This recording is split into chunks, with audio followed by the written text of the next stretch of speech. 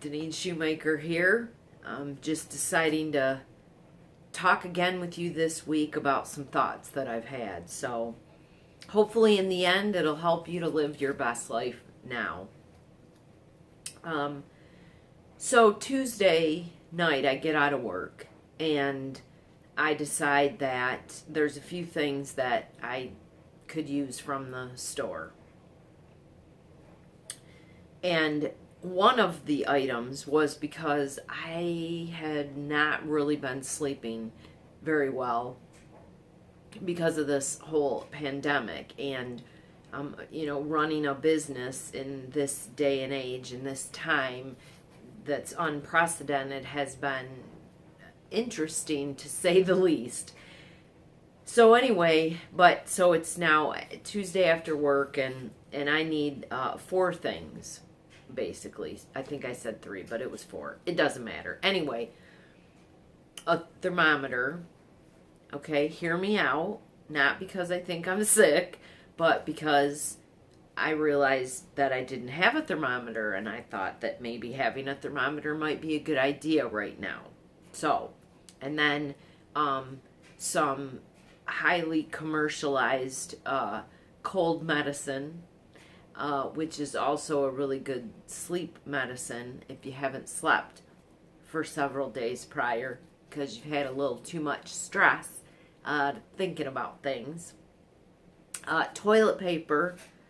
I'll be really vulnerable here. It's not like I'm really, down and out, but I'm looking because it's not very available. So every chance I get out, I'm looking to see if I'm going to score some TP this trip, and then I needed some water softener salt. Okay. So anyway, out of all of those things, I was able to score 1, and that was the cough medicine,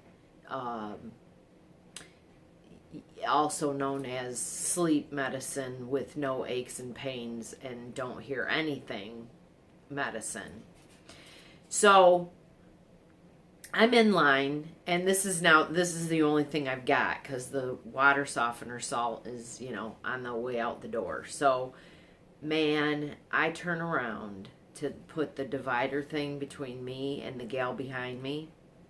Okay, you would have thought that I had just asked her to hand over all of her money or her firstborn child, or I'll be honest with you, I'm a little on the naive side. I guess I kind of thought about what kind of looks I might get, but when it was really happening, it was like, okay, here's where my sick personality steps in, because I wanted to cough and just be a jerk about it. I didn't. I don't even think I explained. I think I turned around to the cashier very quietly because I shop at this place, and I was like, I'm not sick.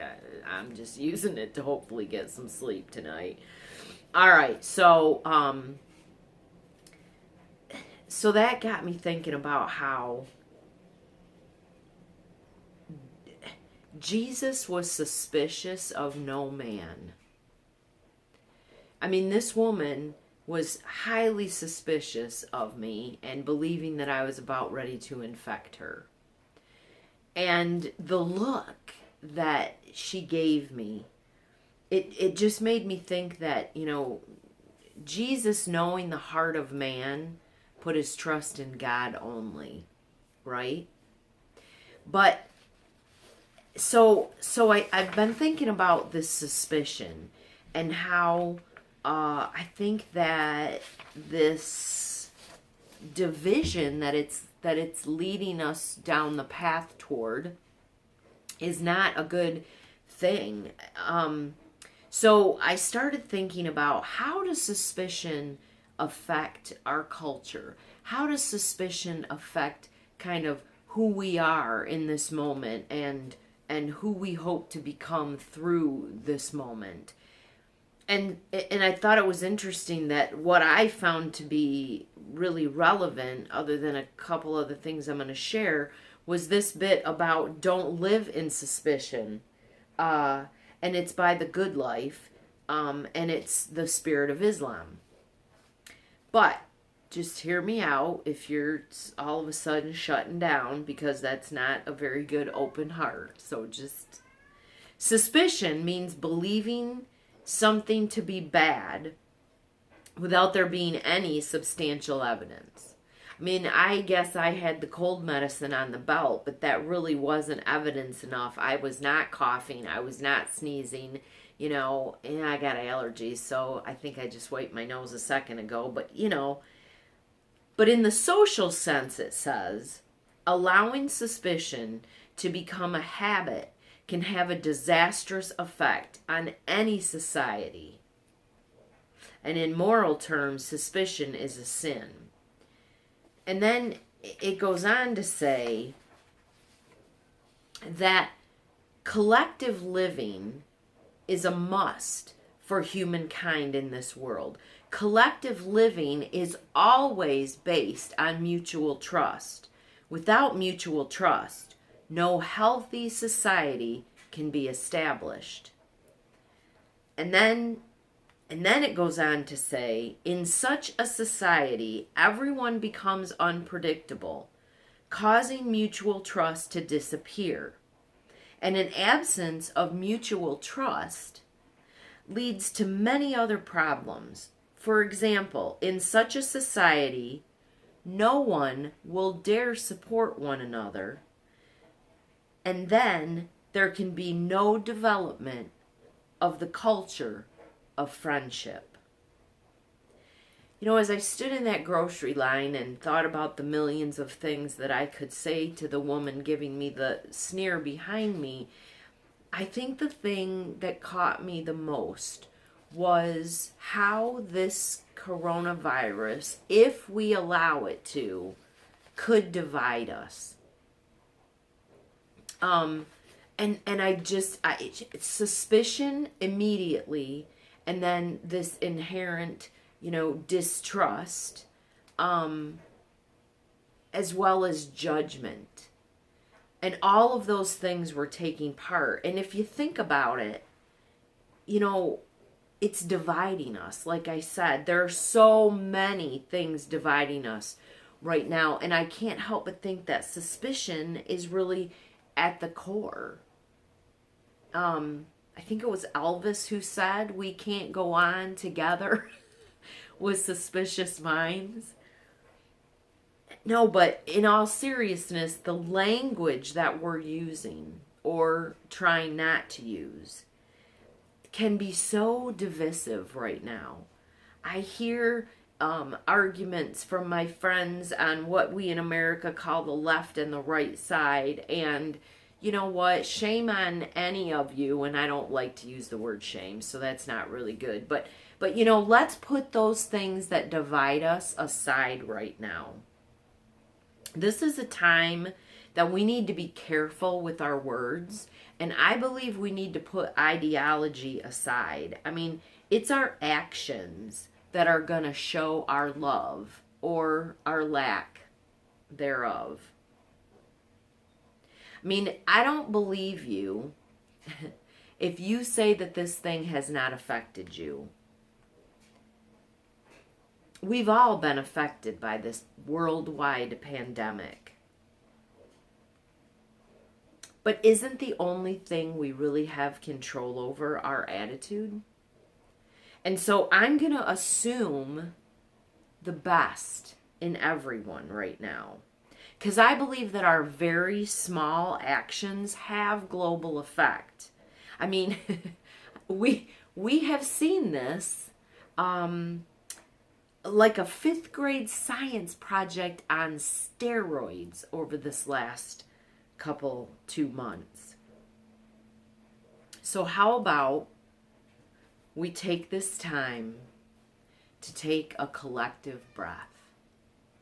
In fact, right now, Timon agrees, my cat.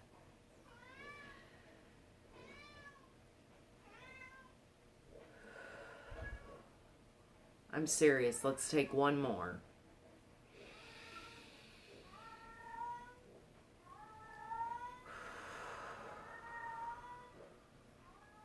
In the words of Deepak Chopra, just breathe.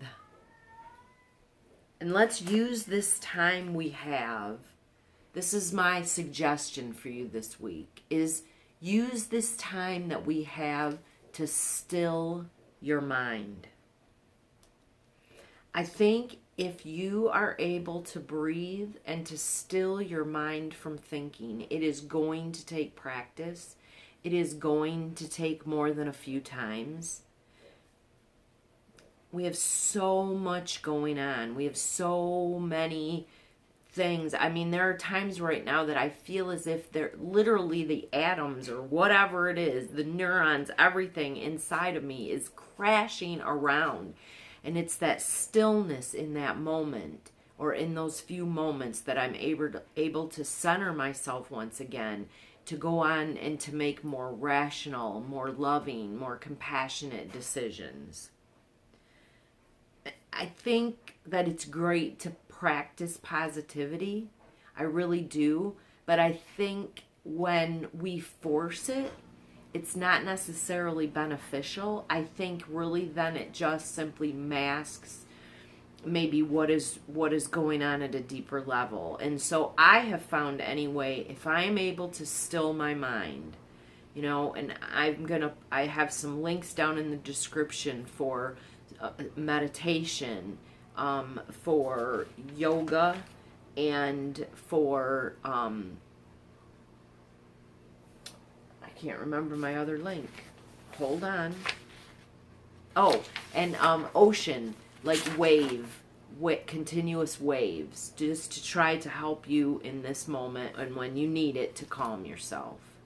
So, and I believe that it's through that stillness in our mind that the true positivity can come out, because now we're calming things down and we're learning to deal with things better than if we were to simply mask it.